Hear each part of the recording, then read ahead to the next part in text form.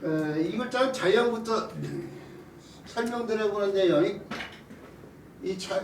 요 글자 자체가 쓰여지는 한자 가운데 제사 제자나 제사 사자가 있는데요. 그 두 글자에 공통으로 쓰이고 있잖아요. 두 글자에 공통으로. 이게 제사하고 관련된 글자예요. 지금 이 글자가 제사하고.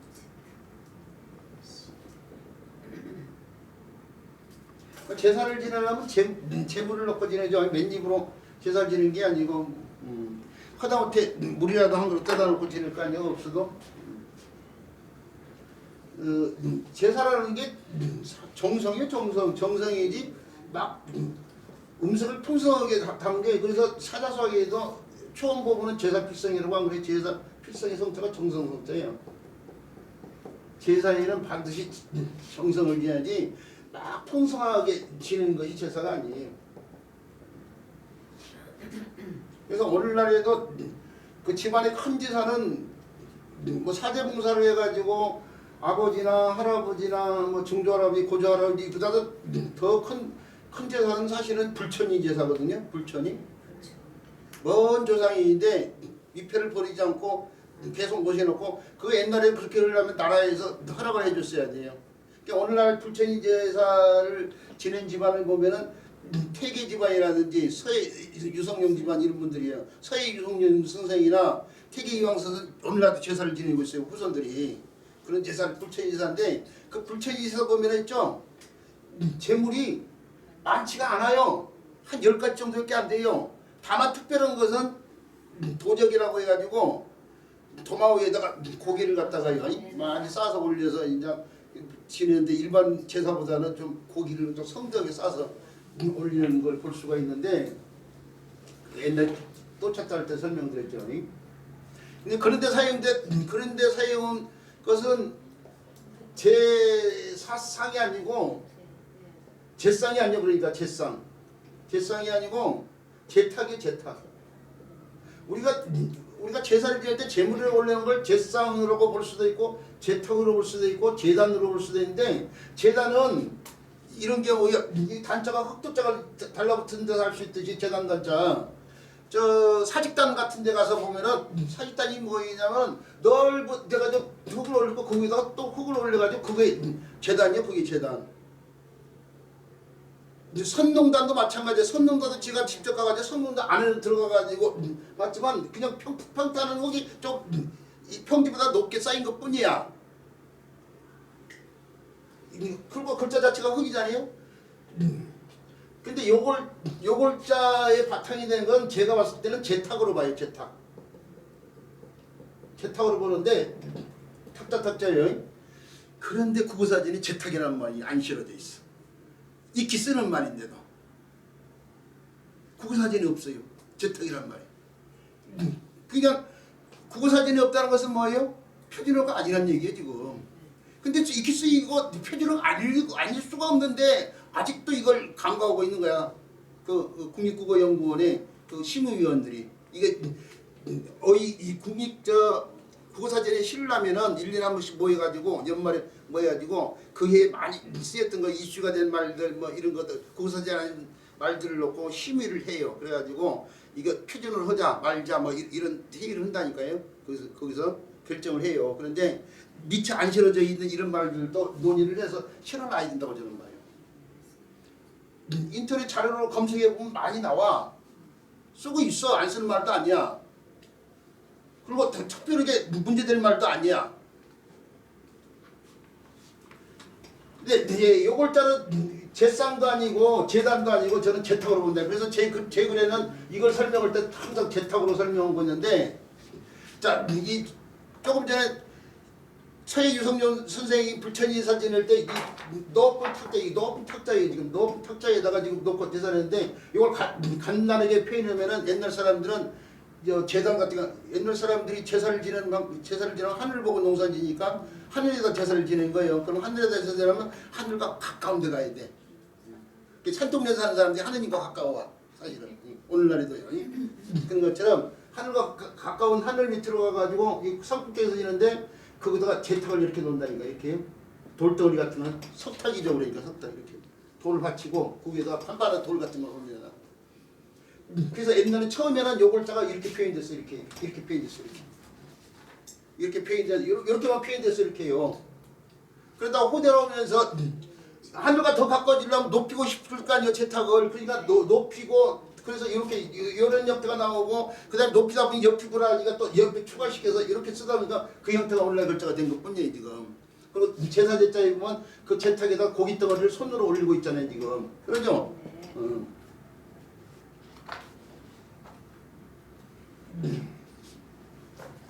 요 글자가 있죠. 이렇게 표현된 요 글자 원래 이렇게 쓰는 글자 이렇게 쓰다고 했잖아요. 여기 태기 종가에서도 재탁에다가 이렇게 집에서 그 재탁을 놓고 제사를 지낼 거 아니에요? 그래서 옛날 글자 가운데 이렇게 쓰여지는 글자예요. 이렇게 집이 있고요. 그 다음에 그릇이 이렇게 있고요. 그 다음에 재탁이 이렇게 놓여져 있는데 집에서 재탁 위에다가 그릇에 재물을 올려놓고 재물인데 아까부터 도적을 때에 원래는 삶지 않아요. 도적은 것이 고기를 삶지 않아요. 센 것을 올려요. 그러면 그릇 속에 뭐가 보이겠어요? 그릇 속에 피가 보이겠죠? 그래서 거기서 나온 글자 피혈자잖아요 지금. 근데 이제 피혈자는 별도로 얘기한 거이고 여기 제사를 이제 호절하면서 이 제사를 지내면서 생각 없이 지는 게 아니에요. 후손들의 편함을 빈단 말이에요. 뭘로? 마음속으로. 그래서 마음 심자가 심장이 추가돼요 나중에. 없다가 추가되면서 그래서 거기서 나온 글자가 편안한 형자, 편안한 형자. 편안한 형자 이 글자가 오늘날은 가불병제에 넷째 정한 정자처럼 쓰이고 있지만은 이게 재탁이에요, 재탁. 그 형태가 이렇게 쓰여 있어요, 이렇게 최초에. 근데 오늘날 보이시자는 이렇게 획들이 추가되면서 이렇게 쓰고 있는데 이게 재탁과 관련된데 뜻이 왜 그러면 오늘날 왜 보이다가 되냐? 재탁에다가 제사를 지내는데 제사를 지내는 이유는 신령스러움을 보여달라고 지내는 거예요. 그러니까 아까부터 집안에서 안녕을 빈다고 했지만 산꼭대기에 올라가서 제사를 지내면 비가 안 올 때 기우제를 지내러 올라갈 거 아니에요. 비를 보여달라고 지내는 거잖아요 지금. 그래서 거기다 뜻이 이루어진 거예요 지금. 그리고 시위 시범을 뜻쓰는 시자가 됐어요. 자, 그리고 요글자가 달라붙으면 뜻이 제사와 관련된다는 사실 알아두시고요. 특히 요글자가 달라붙으면은 뜻이 일정한 특정한 뜻을 지닌 글자들이 많은데 그 특정한 뜻이 뭐냐? 제사를 지내는 이유가 편함이고 편안함이 달리 얘기하면 복이야. 복을 기는. 그래서 이 글자가 달라붙으면 복을 뜻한 글자가 많아요. 복복자라든지 복직자라든지 복상자라든지 뭐 복록자라든지 뭐 복이자라든지 머릿속에 있는 글자가 다 있잖아요. 복조자라든지 뭐 이런 글자들이 머릿속에 생각나는 대로 썼지만요. 다 뜻이 복이야. 복복, 복지, 복상, 복록, 복희, 복조. 좀 까만 걸로 좀 써주십시오. 잘 안. 네, 예. 죽을 죄를 졌습니다. 나중에 이거 저 TV로 보면은 좀 흐리게 잘 안 나오더라고요. 여기서는 상관없는데. 네, 맞는 얘기예요. 제가 진도를 빨리 나간 데만 신경을 쓰지 뭐. 빨리 안 나가시는 데. 해야 될 것 많고 시간은 짧고. 자, 그렇다면 이거 요글자가 음역하는 글자도 있는데요. 음역하는 글자 우리 책에 있죠. 교재 찾아보세요. 시는 시인데 볼자가 달라붙어가지고 볼시자가 되고요. 시청자 시각을 뜻은 글자예요. 그 다음에 나무 목자가 달라붙어가지고 시가 의미 바뀌는데요. 같은 치종 같은 치종 가운데 니은이 있어요. 니은 치종 잇몸 소리. 그래서 시가 같은 치종이면 니은으로 바뀌는데 니가 아니고 그래서 좀 더 바뀌어가지고 네까지 왔을 때. 그래서 나무 가운데 뭐예요? 나무 가운데 능금나무예요. 능금나무. 사과는 서양에서 들어온 거이고 사과 옛날에 사과나무로 취급했던 거예요. 능금나무. 우리가 능금나무예요. 나무가 아니가지고 뭐 배나무는 음역글자고 오얏나무는 아들 자자가 음역화로고 뭐 또 뭐예요 뭐 밤나무 예? 호박나무 박자 이런 글자들은 다 음역글자들이 이렇게 달라붙었잖아요. 이것도 음역글자가 이렇게 달라붙어요. 근데 음이 시하고 니하고 좀 차이가 있어가지고 관련이 없을 것처럼 생각하는데 사실은 시가 같은 치음 네까지 온 거예요 지금 네. 요거 네가 아니고 시 나로도스예요. 이게 음이 두 개인 글자야 두 개. 나로도스예요. 옛날에는 문자가 많지 않은 시에는 음이 같으면 비로다 쓰이는데 어찌라는 뜻으로 쓰는데 어찌 내 또는 어찌 나 하는 글자예요. 어찌 나. 그런데 후대로 오면서 어찌를 나타내는 글자는 요 글자하고 구분해서 해야 될 필요성이 있다고 생각했는지 획을 하나 빼서 쓰고 있어요. 획을.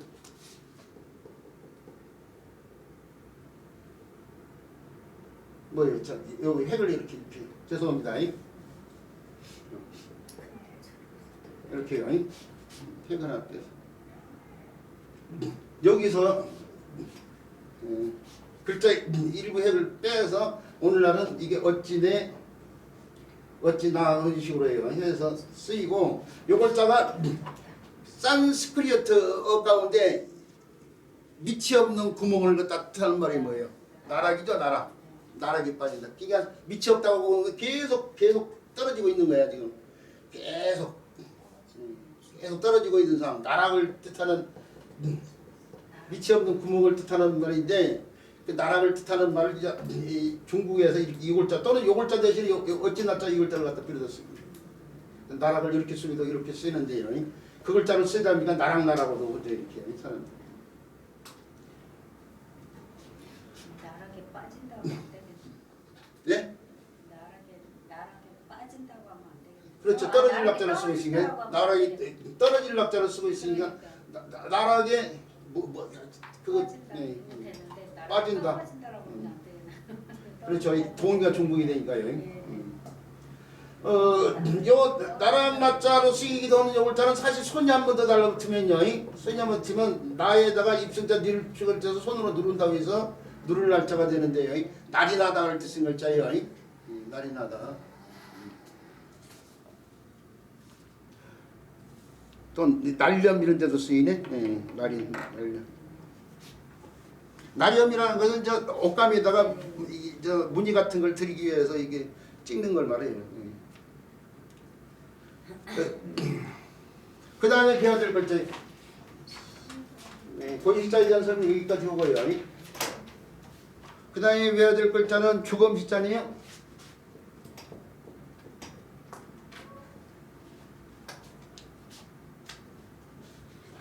주검은 국어사전에 찾아보면 죽은 사람의 몸을 뜻하는 말이라고 되어 있어요.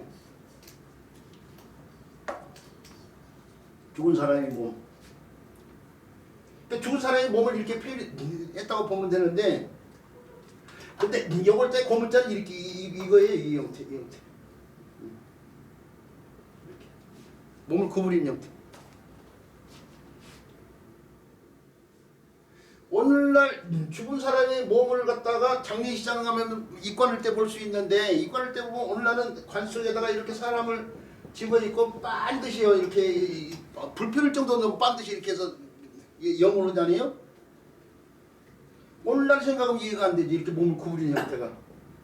오늘날은 이렇게 반드시 이렇게 해서 관에다 이렇게 집어있는데, 옛날에 이렇게 몸을 그렸는데, 옛날에는 그렇죠. 옹관이라고 해야죠. 항아리 같은 데도 옹관이라고 항아리 같은 데서 집어있고, 그런데 사람 자체를 갖다가 반드시 죽어서 반드시 해야겠다는 관 속에다 굳이 집어이려고 하니까 반드시 했는데, 죽은 상태 그대로 묻은 거야 지금. 죽은 상태로. 근데 사람의 삶을 불가해서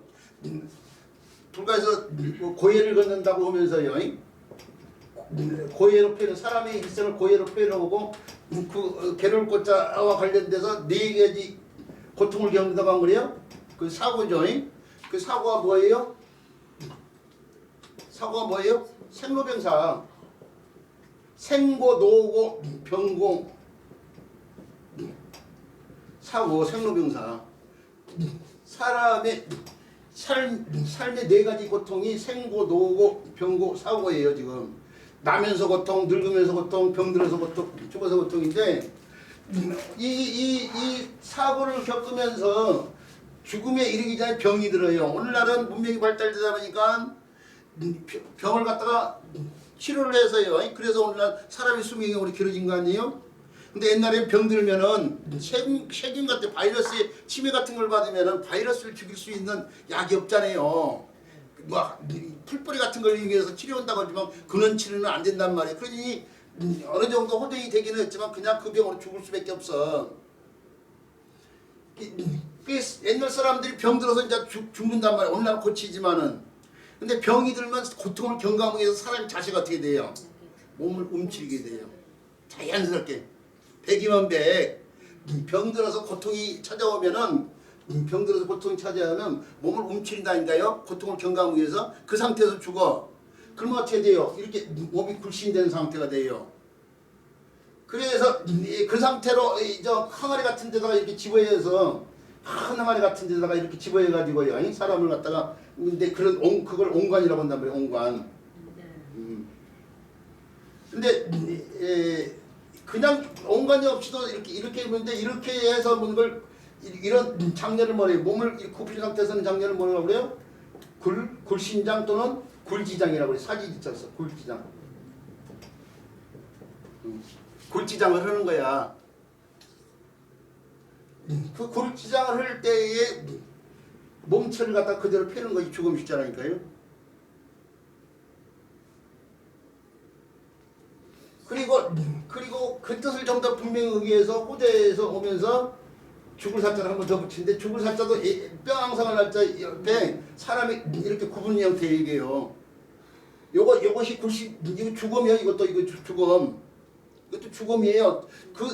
애도 오는 사람으로 설명한 사람들이 있는데 죽었다 깨어나도 죽음이에요. 나중에 창사진일 때 될 때 설명할 거예요. 죽은 사람인데 그게 뼈하고 관련됐다. 그걸 펴는 거예요. 이게 살아있는 사람이 아니야. 애도 오는 사람이 아니에요. 요 형태를 반대로 돌리면 이렇게 되는데 거기서 이 형태가 나온 거예요. 지금 죽을 삽사에 요 형태가 여기서 나온 거예요. 지금 반대로 돌린 형태.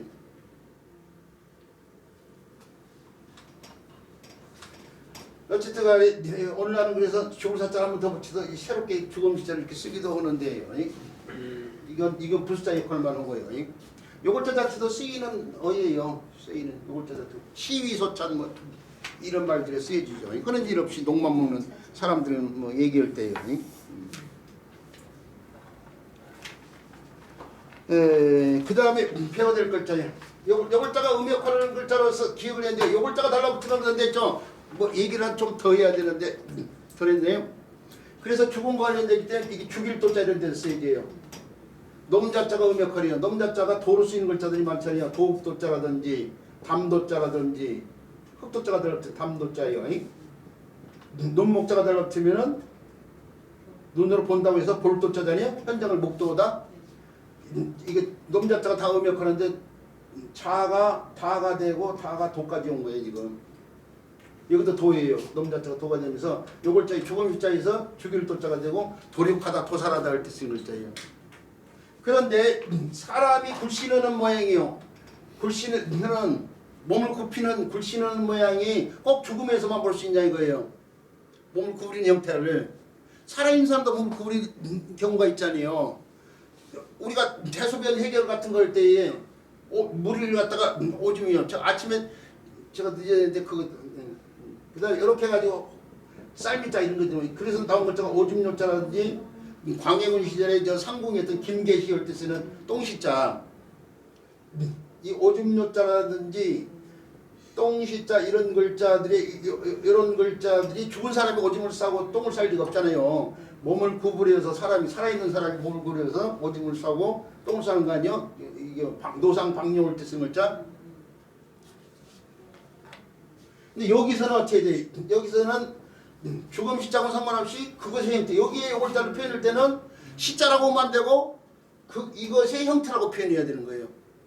오늘날 이걸 구부르지 않고 전부 다 시자라고 해버리는데 이 글자만 시자지 여기에 쓰이는 요 글자는 시자가 아니라 죽은 사람이 오줌을 쌀 리가 없으니까 이것의 형태라고 해야지. 그것의 형태.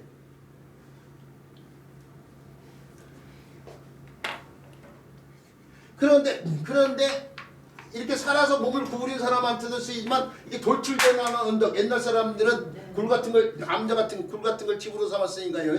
돌출된 언덕도 이렇게 표현이 될 수 있어요. 그래서 지복자라든지 또는 층층자, 1층, 2층을 때 층층자 이런 데에서 보이는 이것은 또 집과 관련된 데 있어 또. 집에 비살루자 이런 글자들, 이런 글자들, 셀루자에서 꼭 관련되는 글자. 그래서 죽음 시자는 죽음이라는 뜻 외에 살아있는 사람의 몸이나 또는 돌출되는 집으로 살릴 수 있는 돌출되어 있는 언덕과 관련된 글자와도 관련이 있다는 사실을 기억을 하는 얘기요. 그 다음에 배워야 될 글자. 그 다음에 배워야 될 글자는 돼지 시자니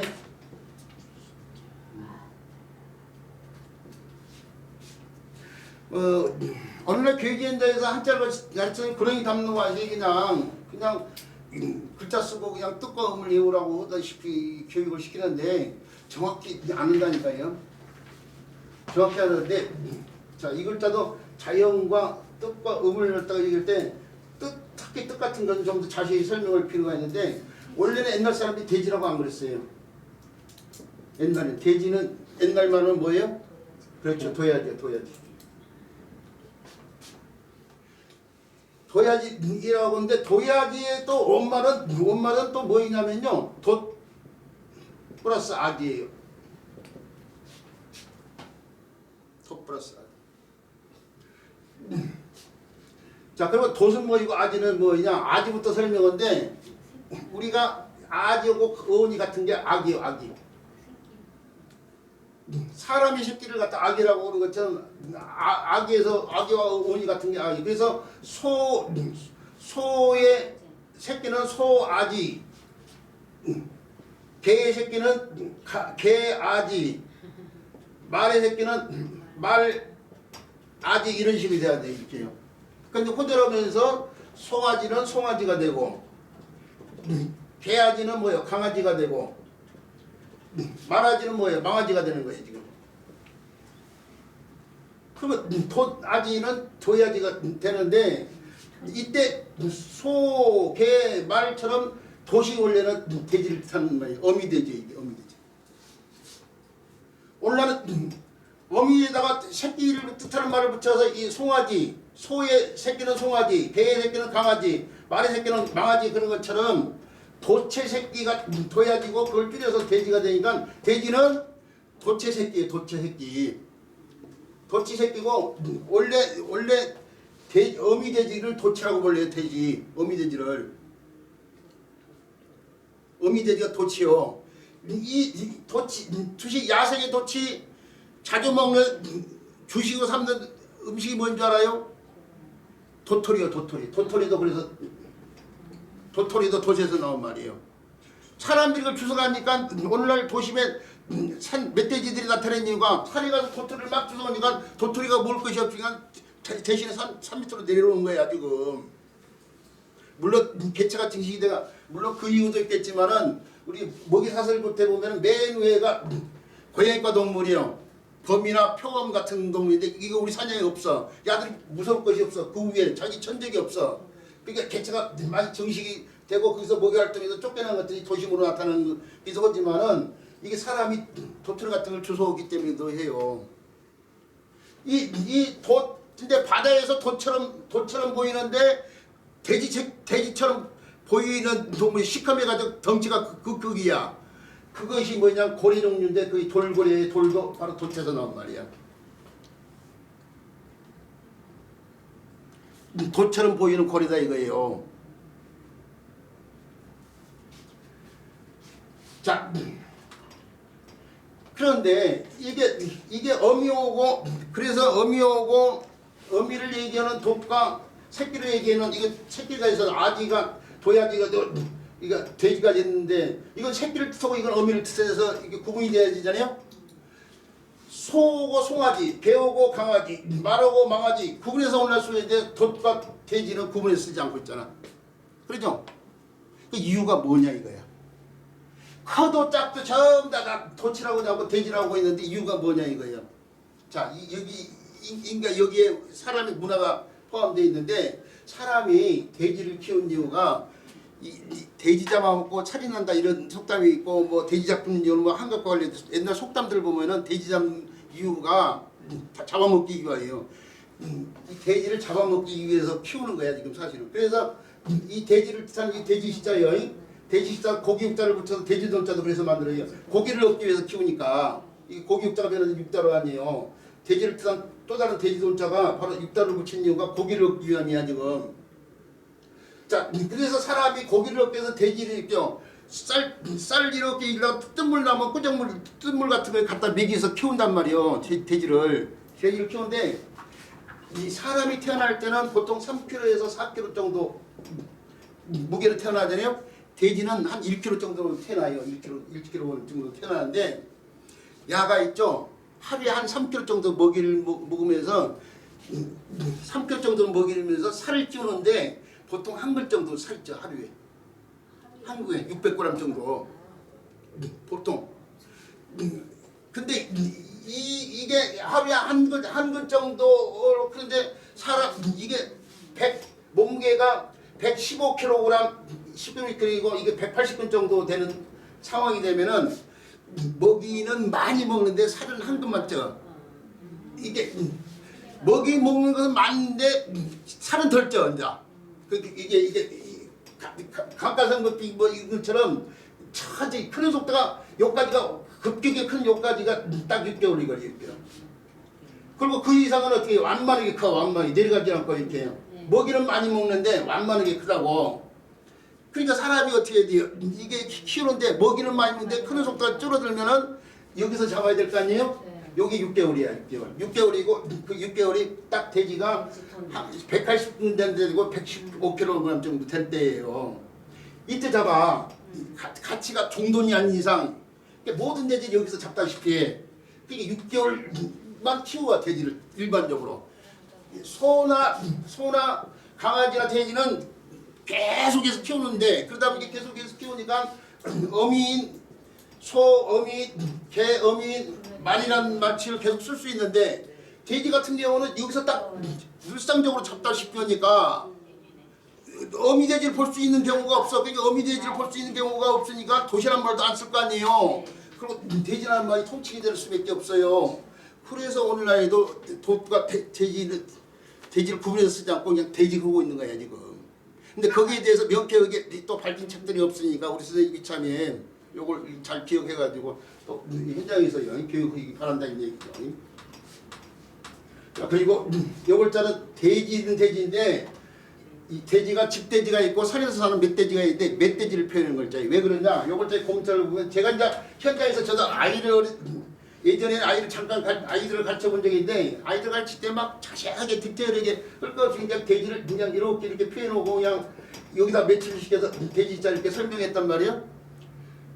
이게 돼지를 갖다 직접 그리기가 복잡하니까 이제 옛날 글자를 세운 형태니까 그냥 아이들을 학습 성취도를 빨리 높이기 위해서 이렇게 돼지를 임의적으로 제 자의적으로 이렇게 표현했는데 고문자를 보면은 이렇게 표현되어 있잖아요. 이렇게요. 이런 식으로 표현됐어요. 이런 식으로. 이게 머리 부분이고 이거 몸체 앞다리 뒷다리 꼬리 부분 이렇게 꼬리 부분인데 요걸 보면은 이게 멧돼지라는 게 있으나요? 집돼지가 아니고. 왜 그러냐? 멧돼지 상체가 발달되어 있고 집돼지는 하체가 발달되는데 이게 이쪽이 높잖아. 상체고 이게 하체 부분인데 상체가 지금 더 두껍게 표현되어 있잖아. 그러니까 이게 상체가 집돼지하고 극명히 차이 나요. 멧돼지하고 집돼지 차이가요.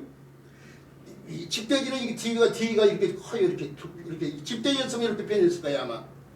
근데 이렇게 표현됐단 말이에요. 이렇게 표현된 걸 봤을 때 이게 멧돼지라는 걸 할 수 있는데 그 이걸 갖다 정형화시켜서 이루어진 글자가 돼지시자예요. 돼지시자. 그리고 요 글자가 쓰이는 어휘가 많지는 않은데 욕심이 많은 사람이 많은 시심.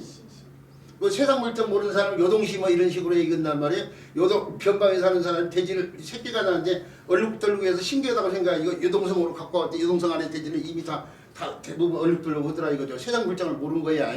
그래서 난 막 요동시인데 그럴 때 쓰이는 글자인데 자주 쓰이는 글자는 아니고 요 글자를 하면 돼지돈자뿐만 아니라 돼지저자요. 돼지저자 놈자자가 몇 그러죠. 저돌적이다 저팔계 할 때 쓴 글자요. 제육볶음도 저육볶음에서 나왔어요. 저육에서요. 자 그럴 때 쓰이는 저자인데 요걸 따는 달리 이렇게도 더 많이 써요. 이렇게. 야생동물과 관련된 글자에는 개사성어법이 붙잖아요. 그리고 집가자 이런 데서도 쓰이고 있잖아요. 집가자에 왜 돼지시자가 들어가는지 이제 나중에 기회가 되면 이제 불사 끝나고 나서 이제 막바로 배울 기회가 주겠죠. 예. 분명히 이유가 있어요. 집가자에 돼지시자가 들어가는 이유가. 그 이유를 알고 설명을 해줘야 돼. 현장에서. 선생님 왜 집가자에 돼지시자가 들어갔어요? 물어보면 대답을 해줘야 될 거 아니에요. 근데 지금 이걸 설명할 상황이 아니니까 나중에 집가자 할 때 설명한다니까 서두르지 말라니까. 돼지시자 설명 여기까지 하도록고요. 자 뒷장으로 넘어가가지고요. 뒷장에서 배워야 될 글자 밥시자인데요. 이거 오늘 마지막 글자가 될 것 같으네요.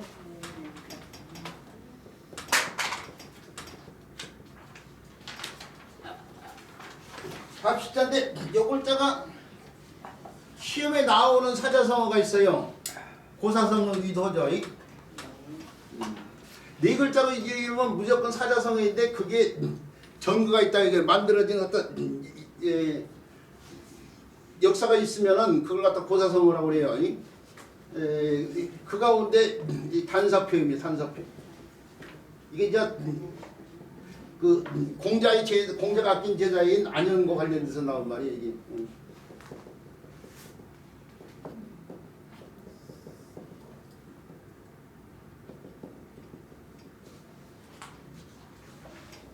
원래 한 글자가 여기 한 글자가 돼요. 한 대바구니에 밥과 한 표지박에 마실 것 해가지고요.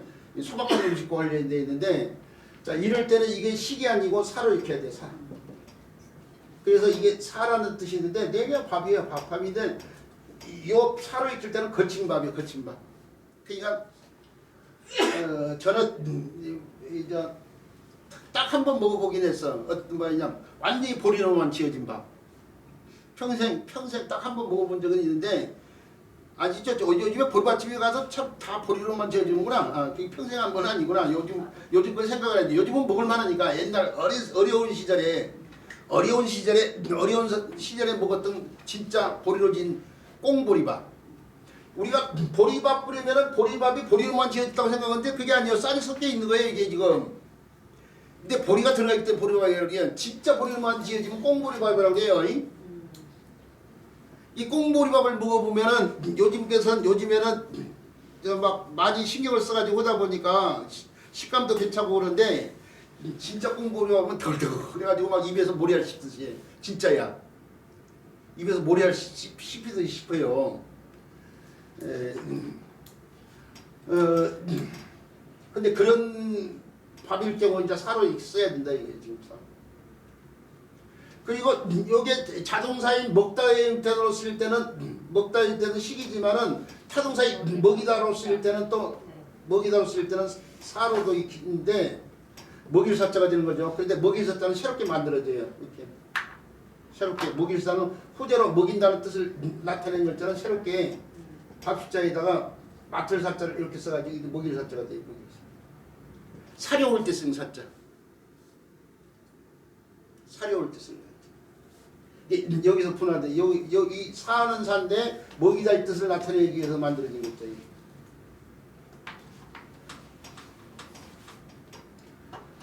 그래서 예? 밥사 표현할 때 이게 사자를 예? 반만 있는 경우. 예? 밥사라고 할 때는 반찬 없는 거는 밥사라고. 몰래 그렇게까지는 또 이제 우리 선생님들이 이제 여러 곳에서 여러 이제 교육 받다 보면 이렇게 되는 사람도 있고 저렇게 얘기하는 사람도 있고 근데 이제 저는 그냥 거친 밥으로 얘기할 때만 사지 뭐 반찬이 있네 없네 아니 그러면은 쌀밥인데 반찬이 없으면 그러면 사로 해야 되나? 그러니까 뭐 그런 쪽으로도 생각해 볼 수도 있잖아요. 그냥 거친 밥으로는 그냥 생각 반찬이 있든 없든 거친 것으로 생각해 주는 게 원당이 그냥 밥은 일반적으로 있고 밥을 먹는데 밥만 있는 게 아니고 반찬이 있는데 진짜 거친 밥을 먹으면 반찬도 형편없을 거이고 좀 챙겨서 먹는 거 아니면 반찬도 어느 정도 있을 거니까 그렇게 한다고 치면은 뭐 굳이 구분을 것까지는 없다고 생각하고 요게 얘기를 하려고 하는데 자꾸 선생님 얘기하니까 이게 사람 이름으로 쓸 때는 또 이예요. 사람 이름을 쓸 때는 이로서 쓰이는데 제가 아는 바로는 그 유방의 그 참목 가운데 역이기라는 사람이 있어요. 역이기라고 하는 사람인데 역이기라고 하는 사람인데 금방 생각나는데 그때 사람이 요 글자 이를 갖다가 요 글자를 갖다 굳이 쓰고 있어요. 사실은 식사 이로도 쓰이는 글자라는 걸 알아두시고요. 이 글자가 다른 글자 구성에 도움을 주서 이제 음역하는 글자까지도 이 정도까지만 오고요. 음역하는 글자 살펴보는데 먼저 나온 글자가 바로 이 글자네요.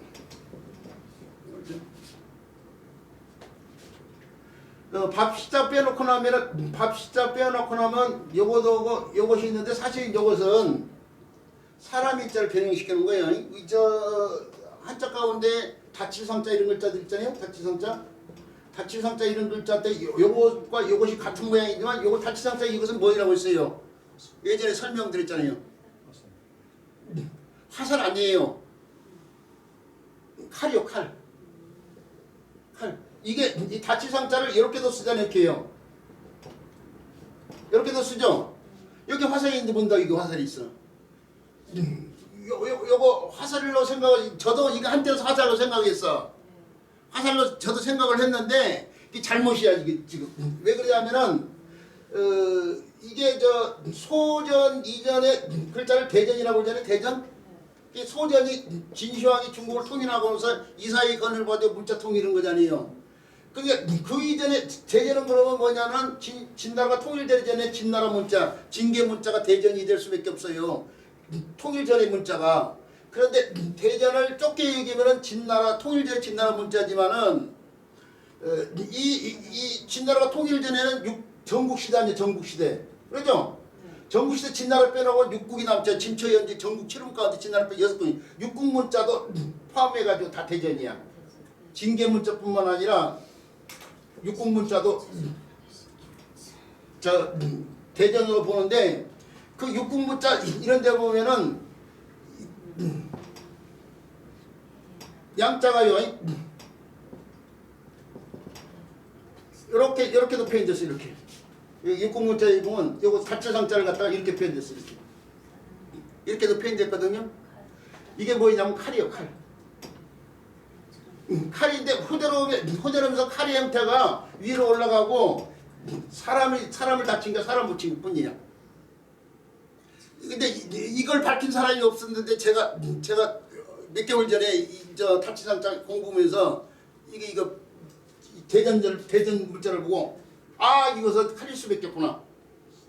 그게 저도 그거 보기 전에 화살 시자로 생각을 했어. 근데 저 화살이 아니고 칼이더라고. 칼. 대전을 보니까. 그래서 요 칼 요 형태가 이렇게 바뀐 거예요 지금. 요 형태 이렇게 펴는 거예요 지금. 요거 반디펼치고 이렇게. 반디펼. 그래서 요건 칼이고 요건 사람이요 그런데요. 네. 밥시자가 오면 그래서 사람의 몸을 갖다가 수건으로 꾸민 거예요. 꾸미시죠.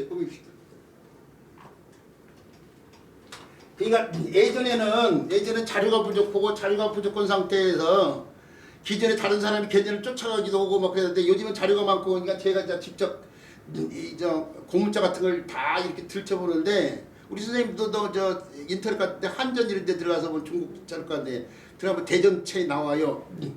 거기 보면은 다칠상자를 이렇게도 표현됐다는 걸 알 수 있어요. 이렇게 하다가 나중에 소전의 형태에서요. 소전의 형태에서 사람이 더 추가되는 상황인데 요 형태가 위로 올라간 것 뿐이야 지금. 근데 이걸 우리나라의 문자학자나 중국의 문자학자들 가운데 이걸 칼로 설명한 사람이 없더라고요. 근데 이게 몰라. 저 말고 또 다른 제가 미처 못 봐서 그럴지도 모르는데 아마 지금 제가 최초이라고 생각해요 지금. 이게 근데 저는 분명히 100% 장담이에요. 칼이라고. 이제 꾸미식자에 달라붙은 사람이라는 거 알아두시고요. 그 다음에 밥시자가 달라붙으면 식은 식인데요. 밥을 갖다가 먹는데 식은 식인데 벌레가 누에꽃이 같은 것이요. 이 뽕잎 같은 거 갉아먹는 걸 그런 상황 생각해야죠. 이 벌레가 송충이가 솔잎 갉아먹는 거. 부식 때다 우식이란 말이 있는데 이게 충치 관련돼 있어요. 치아 우식증이 원래는 충치에 제대로 된 말이야. 충치를 치아 우식증 그렇게 얘기해야 되거든. 그 다음에 그만식 뭐 이럴 때 쓰이는 글자고 입식과 관련돼 있죠. 입식. 그 다음에 신치가 직자인데 신치가 다는 말이 타일러서 경계하다 그런 말이에요. 타일러서 경계하도록 힘쓰다 이게. 사람을 타일러서 경계해가지고 어떤 일에 힘쓰게 한다고 해서 식까지 되면서 사람을 경계시키기 위해서 힘쓴다고 해서 힘력자를 갖다 쓸렸죠. 여기 이것도 사람과 힘력자. 조칙 뭐 할 때 쓰이는 글자가 바로 계칙 뭐 할 때 쓰이는 글자. 자주 쓰이는 말은 아니지만요. 여러 데서 쓰여볼 수 있고 그 다음에 신화신자를 설명해야 되는데요. 신화신자도 문화를 바탕으로 해서 설명을 마치면 이게 짧지 않아요. 이 신화신자를 갖다가 설문에 대해서 뭐라고 했냐면 상, 굴, 복, 지형이라고 하는 바람에 굴복은 형상을 갖다가 본뜻다고 하는 바람에 사람이 굴복은 모양으로 설명한 사람들이 많단 말이에요. 근데 이 사람이 굴복은 형상이 아니에요. 눈과 관련돼 있어요. 눈. 이 신화신자가 눈과 관련됐는데 그 눈과 관련됐다는 걸 알게 해준 거예요. 볼감자라든지 원래 발알망자의 본자가 바로 이 글자예요. 발알망자가 이렇게 써줘야 돼. 이렇게요. 이렇게. 나중에 음역발자로 바꿔가지고 오늘날 이렇게 바꿔서 쓰고 있는데 이 글자의 본자가 바로 이 글자거든요. 이게 눈으로 본다고 해서 볼감자. 이거 눈으로 바라본다고 해서 발알망자예요. 여기 눈이요 눈. 근데 왜 눈을 나타내는지 신화가 되는지 이런 걸 설명을 하려면은 문화적 배경을 들어서 설명해야 되는데 그건 다음 시간에 할 수밖에 없네요. 자 오늘 수업은 여기서 마치도록 할게요. 자, 수고하셨습니다. 감사합니다.